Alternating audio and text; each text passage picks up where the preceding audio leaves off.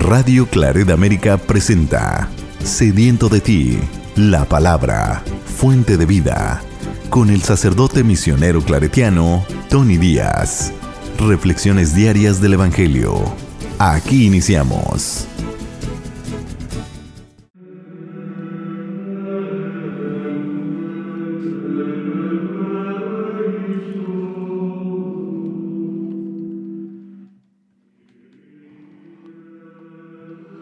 Bienvenidos hermanos a nuestras reflexiones bíblicas de las lecturas del día. Hoy es martes de la cuarta semana del tiempo ordinario, martes de la cuarta semana del tiempo ordinario. La primera lectura de hoy viene del segundo libro de Samuel, capítulo 18, versículos 9 al 16, 14, 24 al 25 y 30, hasta el capítulo 19, versículo 3. En aquellos días, después de haber sido derrotado por los hombres de David, Absalón su hijo se dio a la fuga. Iba montado en una mula, y al meterse la mula bajo las ramas de una frondosa encina, a Absalón se le atoró la cabeza entre las ramas, y se quedó colgando en el aire. Y la mula siguió corriendo. Uno de los soldados lo vio y le fue a avisar a Joab. Acabo de ver a Absalón colgando de una encina. Joab se acercó a donde estaba Absalón, tomó 3 flechas en la mano y se las clavó en el corazón. Mientras tanto, David estaba en Jerusalén, sentado a la puerta de la ciudad. El centinela instalado en el mirador que está encima de la puerta de la muralla, levantó la vista y vio que un hombre venía corriendo solo. Le gritó el rey para avisarle. El rey le contestó: si viene solo es señal de que trae buenas noticias. Déjalo pasar, tú quédate ahí. El centinela lo dejó pasar y permaneció en su puesto. El hombre que venía corriendo, que era un etíope, llegó a donde estaba David y le dijo: le traigo buenas noticias a mi señor, el rey. Dios te ha hecho justicia hoy, librándote de los que se habían rebelado contra ti. El rey preguntó: pero mi hijo Absalón, ¿está bien? Respondió el etíope: que acaben como él todos tus enemigos y todos los que se rebelen contra mi señor el rey. Entonces el rey se estremeció, subió al mirador que está encima de la puerta de la ciudad y rompió a llorar diciendo: hijo mío, Absalón, hijo mío, Absalón, ojalá hubiera muerto yo en tu lugar. Absalón, hijo mío. Le avisaron entonces a Joab que el rey estaba inconsolable por la muerte de Absalón. Por eso, aquella victoria se convirtió en día de duelo para todo el ejército. Cuando se enteraron de que el rey estaba inconsolable por la muerte de su hijo, por ello, las tropas entraron a la ciudad furtivamente, como entra avergonzado un ejército que ha huido de la batalla. Palabra de Dios. El salmo responsorial es el Salmo 85 y el responsorio es: protégeme, Señor, porque te amo. Protégeme, Señor, porque te amo. Presta, Señor, oídos a mi súplica, pues soy un pobre, lleno de desdichas. Protégeme, Señor, porque te amo. Salva a tu servidor que en ti confía. Ten compasión de mí, pues clamo a ti, Dios mío, todo el día. Y ya que a ti, Señor, levanto el alma, llena a este siervo tuyo de alegría. Puesto que eres, Señor, bueno y clemente, y todo amor con quien tu nombre invoca, escucha mi oración, y a mi súplica da respuesta pronta. Protégeme, Señor, porque te amo. El Evangelio de hoy viene de Marcos capítulo 5 versículos 21 al 43. En aquel tiempo, cuando Jesús regresó en la barca al otro lado del lago, se quedó en la orilla y ahí se le reunió mucha gente. Entonces se acercó uno de los jefes de la sinagoga, llamado Jairo. Al ver a Jesús, se echó a sus pies y le suplicaba con insistencia: «Mi hija está agonizando. Ven a imponer las manos para que se cure y viva». Jesús se fue con él y mucha gente lo seguía y lo apretujaba. Entre la gente había una mujer que padecía de flujo de sangre desde hacía 12 años. Había sufrido mucho a manos de los médicos y había gastado en eso toda su fortuna, pero en vez de mejorar, había empeorado. Oyó hablar de Jesús, vino y se acercó por detrás entre la gente y le tocó el manto, pensando que con solo tocarle el vestido se curaría. Inmediatamente se le secó la fuente de su hemorragia y sintió en su cuerpo que estaba curada. Jesús notó al instante que una fuerza curativa había salido de él. Se volvió hacia la gente y les preguntó: «¿Quién ha tocado mi manto?». Sus discípulos le contestaron: «¿Estás viendo cómo te empuja la gente y todavía preguntas: ¿quién me ha tocado?». Pero él seguía mirando alrededor para descubrir quién había sido. Entonces se acercó la mujer, asustada y temblorosa. Al comprender lo que había pasado, se postró a sus pies y le confesó la verdad. Jesús la tranquilizó diciendo: «Hija, tu fe te ha curado. Vete en paz y queda sana de tu enfermedad».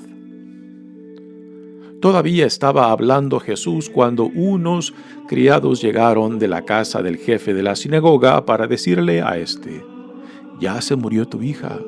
¿Para qué sigues molestando al maestro?». Jesús alcanzó a oír lo que hablaban y le dijo al jefe de la sinagoga: «No temas, basta que tengas fe». No permitió que la acompañaran más que Pedro, Santiago y Juan, el hermano de Santiago. Al llegar a la casa del jefe de la sinagoga, vio Jesús el alboroto de la gente y oyó los llantos y los alaridos que daban. Entró y les dijo: «¿Qué significa tanto llanto y alboroto? La niña no está muerta, está dormida». Y se reían de él. Entonces Jesús echó fuera a la gente y con los padres de la niña y sus acompañantes entró a donde estaba la niña. La tomó de la mano y le dijo: «Talitá cum», que significa: «Óyeme, niña, levántate». La niña, que tenía 12 años, se levantó inmediatamente y se puso a caminar. Todos se quedaron asombrados. Jesús les ordenó severamente que no lo dijeran a nadie y les mandó que le dieran de comer a la niña. Palabra del Señor. Muy bien, damos comienzo a nuestra reflexión de las lecturas de hoy. Continuamos leyendo del segundo libro de Samuel. Y ayer leímos cómo David estaba huyendo de su hijo Absalón, quien buscaba no solamente quitarle el reinado a su padre David, sino también matar a David, y David estuvo forzado a huir con sus tropas. En la lectura de hoy parece que la situación se ha reversado y las tropas de David, los que eran fieles a David, pues han derrotado a los del partido de su hijo Absalón, y Absalón ahora se encuentra huyendo, y es aquí donde empieza la lectura. Absalón va en su mula. La mula era el animal de preferencia que montaban los de la clase real. Así que por eso tenemos a Absalón montado en una mula. Y parece que Absalón era un hombre muy guapo, muy parecido, con una cabellera esplendorosa. Y es a causa de esa cabellera espesa y esplendorosa que él se queda atorado entre los brazos, las ramas de una encina. Y es ahí donde empieza la lectura. Dice: en aquellos días, después de haber sido derrotado por los hombres de David, Absalón, su hijo, se dio a la fuga. Iba montado en una mula, y al meterse la mula bajo las ramas de una frondosa encina, a Absalón se le atoró la cabeza entre las ramas y se quedó colgando en el aire, y la mula siguió corriendo. Así que Absalón era conocido porque era muy guapo, muy bien parecido, y con esa cabellera frondosa, espesa, pues fue tristemente, irónicamente, lo que lo llevó a su ruina, al quedarse atorado entre las ramas de la encina. Y es ahí donde lo encuentra el general de David, Joab, que al enterarse que Absalón estaba colgando de la encina, va y lo mata con 3 flechas al corazón. Dice: uno de los soldados lo vio y le fue a avisar a Joab: acabo de ver a Absalón colgando de una encina. Joab se acercó a donde estaba Absalón, tomó 3 flechas en la mano y se las clavó en el corazón. Hagamos una pequeña comparación de cómo Absalón, el hijo de David, buscaba pues derrocar a su padre del trono, tomar posesión del reino y después también matar a David. Lo cual David, cuando estaba en su situación difícil con Saúl, David no se atrevió a matar a Saúl porque era el ungido de Dios. Sin embargo, el hijo de David no tuvo ni siquiera nada de esta consideración de detenerse o de no hacerle daño a David, no solamente porque es su padre, sino también porque es el ungido de Dios, ¿no? Así que hay una diferencia impresionante de David a su propio hijo, que no tiene ninguna consideración al hecho de que David es el ungido de Dios y que por tanto no puede ser tocado si no es solamente por la mano de Dios, ¿no? Así que aquí las suertes están en reversa en cierta manera, porque en la lectura de ayer, pues el Absalón estaba por derrotar a su padre y quitarle el reinado y quizás matarlo. Y ahora pues es Absalón que ha muerto, y que es David quien ahora se encuentra de regreso en Jerusalén. Mientras tanto, David estaba en Jerusalén sentado a la puerta de la ciudad. El centinela instalado en el mirador que está encima de la puerta de la muralla levantó la vista y vio que un hombre venía corriendo solo. Le gritó al rey para avisarle. El rey le contestó: si viene solo es señal de que trae buenas noticias. Déjalo pasar. Tú quédate ahí. El centinela lo dejó pasar y permaneció en su puesto. ¿Por qué? Si un hombre solo viene para traer noticias, ¿por qué es buena noticia? Los comentaristas dicen de que si es solamente una persona es porque el resto de las tropas aún están peleando. Si fueran muchos los que vinieran de regreso, pues era señal de que habían abandonado la batalla y que estaban huyendo de la batalla, ¿no? Por eso quizás David dice que el hecho de que solamente uno venga de regreso es porque trae buenas noticias. El hombre que venía corriendo, que era un etíope, llegó a donde estaba David y le dijo: le traigo buenas noticias a mi señor el rey. Dios te ha hecho justicia hoy, librándote de los que se habían rebelado contra ti. Así que esta es la noticia que le trae el mensajero. Pero David aquí no simplemente escucha la noticia como rey, sino también como padre. Y es fascinante cómo la pregunta de David viene desde la realidad de un padre y no simplemente como rey. Su hijo Absalón es rebelde y lo quiere derrocar de su reinado y también matarlo. Pero David no pierde de vista a su hijo. Y aquí David hace una distinción impresionante y buena para nosotros para aprender. La distinción entre la persona y sus acciones. David está en contra de la rebelión, de las acciones de su hijo Absalón, pero él nunca pierde de vista a su hijo.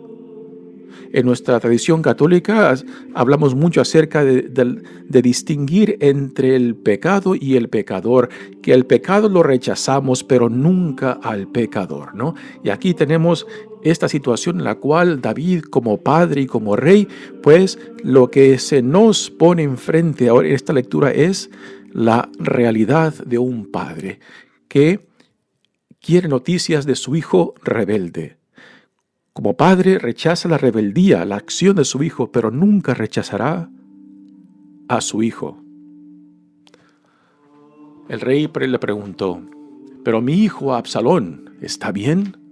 Respondió el etíope, que acaben como él todos sus enemigos y todos los que se rebelen contra el Señor, mi señor el rey. Y con estas palabras, David, el padre, y el rey se da cuenta de que su hijo Absalón está muerto. Y ahora tenemos la reacción de David, no el rey, sino como el padre.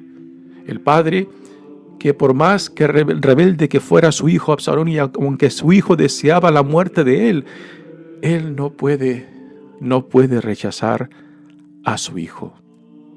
Y se echa a llorar, se rompe a llorar. Entonces el rey se estremeció, subió al mirador que está encima de la puerta de la ciudad y rompió a llorar diciendo, Hijo mío, Absalón, hijo mío, Absalón, ojalá hubiera muerto yo en tu lugar, Absalón, hijo mío. Palabras quizás que solamente un padre o una madre pueden entender, pueden apreciar. Yo no tengo hijos propios, ¿no? Y como literatura, pues puedo escuchar estas palabras y sí me pueden conmover, imaginando el dolor de un padre perdiendo a su hijo, ¿no? Pero yo creo que solamente un padre o una madre pueden apreciar el dolor de David por su hijo rebelde.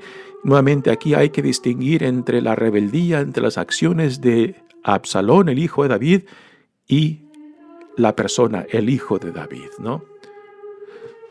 Así que David como padre se duele por su hijo, que él preferiría que él mismo mejor hubiera muerto en vez de su hijo. ¿Y cuántas veces no hemos escuchado estas palabras de papás y mamás, ¿no? Cuando trágicamente pierden a un hijo. Por más rebelde que sea ese hijo, esa hija, ¿no? Pues particularmente las mamás, ¿no? Pero en este caso aquí David, aunque no es el rey perfecto, aunque tiene sus defectos, aunque conocemos las bajezas de David, no podemos dejar de apreciar también su humildad, su amor por su hijo, su amor incondicional por su hijo. Entonces el rey se estremeció, subió al mirador, dice la lectura, y se echó a llorar. Le avisaron entonces a Joab el rey, el capitán, el general principal de las tropas de David, ahora se entera de la reacción del rey. Ya antes, las tropas de David, fieles a David, estaban indecisos sobre la docilidad de David como padre ante su hijo Absalón que buscaba matarlo, ¿no? Y dudaban que si David, el rey, iba a poder luchar contra su propio hijo que deseaba matarlo. Ahora, Joab, el general de las tropas de David, se entera y, pues, incierto hasta a ver cómo va a reaccionar David, el rey, y padre, ahora que se ha enterado de la muerte de su hijo y lo dolido que está por la muerte de su hijo. Le avisaron entonces a Joab que el rey estaba inconsolable por la muerte de Absalón. Por eso, aquella victoria se convirtió en día de duelo para todo el ejército. Cuando se enteraron de que el rey estaba inconsolable por la muerte de su hijo, por ello, las tropas entraron a la ciudad furtivamente, o sea, calladamente, escondidamente, como entra avergonzado un ejército que ha huido de la batalla. Así que Joab y sus tropas regresan a la ciudad de Jerusalén, la ciudad de David, entristecidos y también inciertos a qué es lo que va a hacer David, el rey y padre,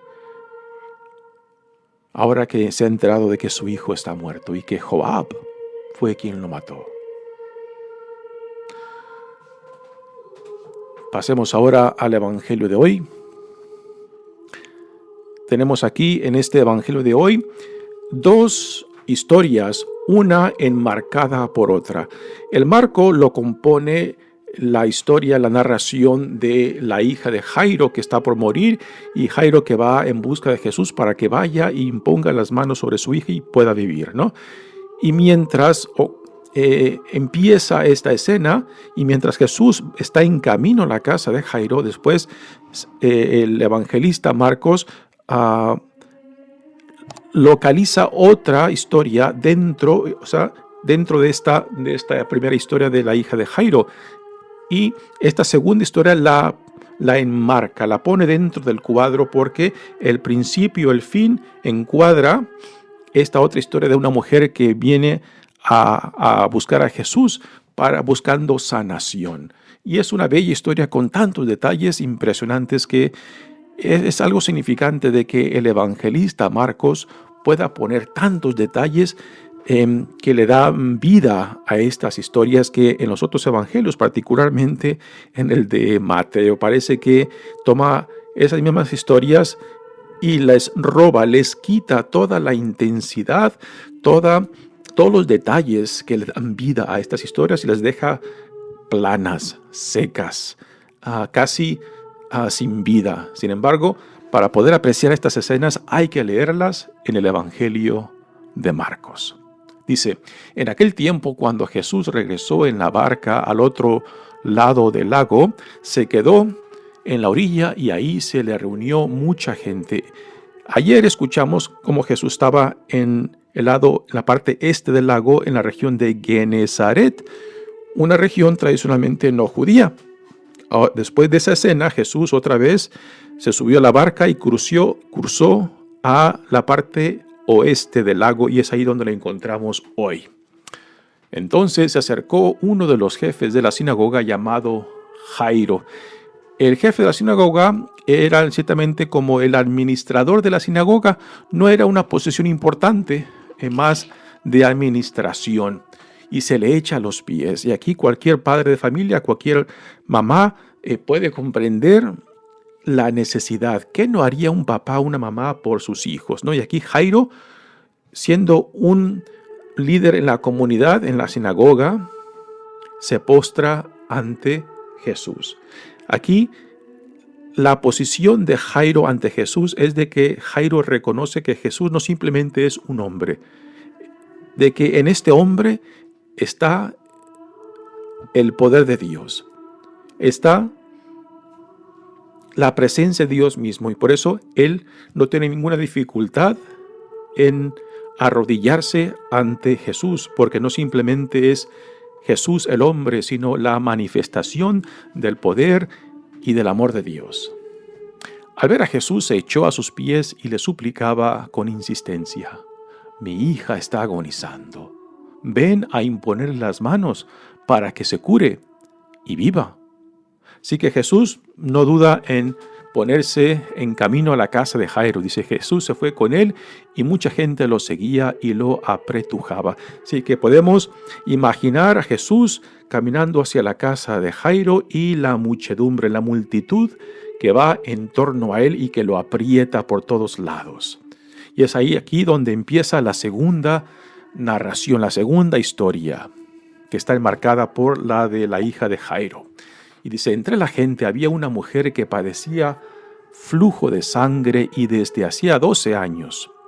Había sufrido mucho a manos de los médicos y había gastado en eso toda su fortuna, pero en vez de mejorar, había empeorado.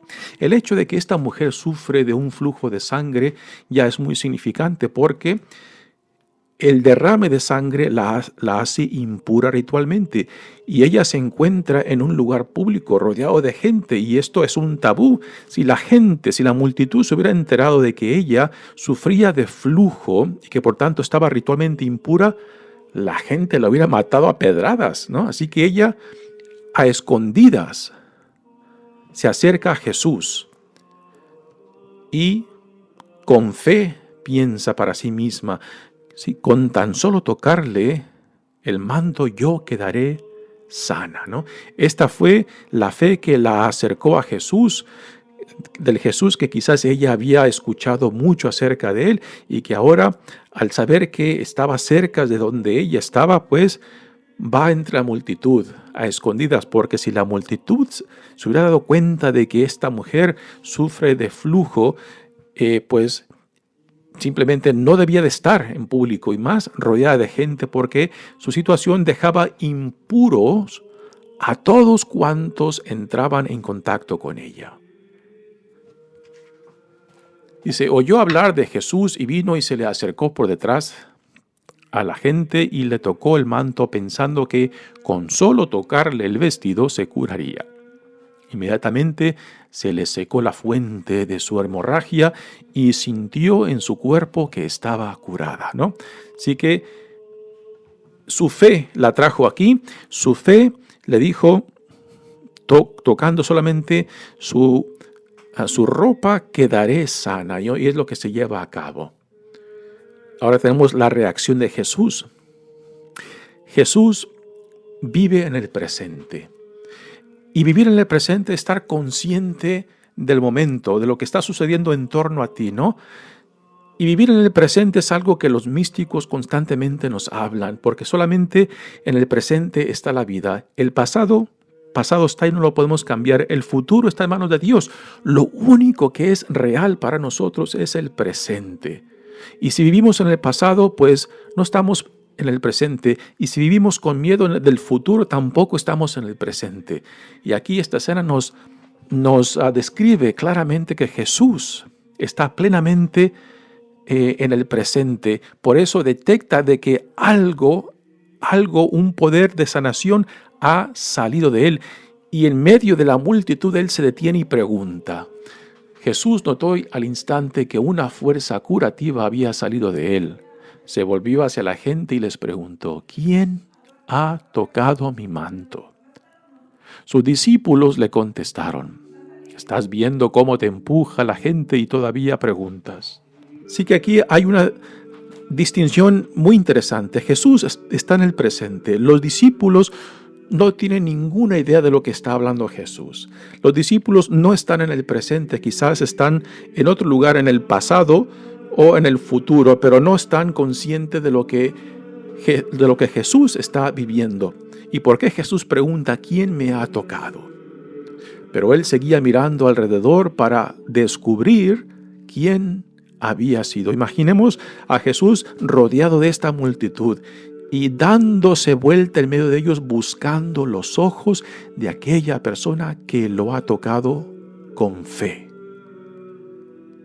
Y la mujer dándose cuenta de lo que acaba de ocurrir y por qué Jesús hace esa pregunta. Quizás solamente esta mujer sabe porque ha sentido la sanación inmediata al tocar el manto de Jesús con fe. Y ella sale al frente y le dice lo que ha ocurrido y Jesús le dice, hija, tu fe te ha curado. Vete en paz y queda sana de tu enfermedad. Una escena impresionante. Jesús buscando los ojos de aquella persona que lo ha tocado. Y quizás finalmente los ojos, la mirada de Jesús se cruzó con la mirada de esa mujer y finalmente la mujer tuvo el valor de decir: yo fui, Señor, quien te tocó. He quedado sana. Y Jesús confirma lo que ya ha ocurrido, lo que ya se ha llevado a cabo en esta mujer. Y ahora Jesús continúa en su camino hacia la casa de Jairo. Mientras tanto, le llega noticia a Jairo de que su hija ya ha muerto, que no moleste al maestro. Y Jesús, escuchando la noticia, le dice a Jairo: no temas, tu hija está dormida. Jesús continúa en su camino, seguido solamente por Pedro, Santiago y Juan, y llegan a la casa de Jairo, donde se encuentra la gente ya llorando. Es muy probable de que la familia haya contratado a los llorones profesionales que eran contratados para que hicieran el duelo público de la familia, lo cual se puede entender cuando una familia, una persona, un padre, una madre pierde a un hijo, pues a veces están en shock, a veces no pueden llorar, a veces no pueden expresar el dolor que tienen, y por eso se contrataba a los llorones profesionales para que hicieran el duelo público en nombre de ellos, y la familia después, en su tiempo ya privado, poder dolerse de el ser querido que ha fallecido, ¿no? Este es el caso, y Jesús les dice que la niña no está muerta, que está dormida. Entra a la casa solamente con sus discípulos y los papás, y le dice a la niña: Talita cum, que significa: oye, niña, levántate. Y la niña vuelve a la vida. Jesús les regresa a sus padres la hija y les dice las palabras que Jesús repite constantemente en este evangelio de Marcos: no le digan a nadie, ¿no? ¿Cómo la gente se va a quedar callada de esto, no? Pero el propósito de Jesús es de que no quiere que la gente lo reduzca a él simplemente como un hombre que hace milagros, ¿no? Y solamente en su tiempo apropiado, en el tiempo Kairos, en el tiempo a que Dios proponga y designe la realidad de Jesús, se puede publicar, se puede proclamar desde los techos de las casas. Pero mientras tanto, Jesús no quiere que malentiendan sus acciones, porque la gente se enfoca simplemente en el fenómeno, en el milagro, y no en el mensaje central de Jesús: el reino de Dios que se inaugura en Jesucristo, que hace irrupción en la historia de la humanidad. Bellas historias. Yo creo que todavía hay mucho que podemos sacar de estas historias, de estas narraciones. Mi nombre es Padre Tony Díaz, misionero claretiano. Que Dios los bendiga. Radio Claret América presentó Sediento de ti, la palabra. Fuente de vida. Sus comentarios son importantes. Contáctenos en radioclaretamerica@gmail.com.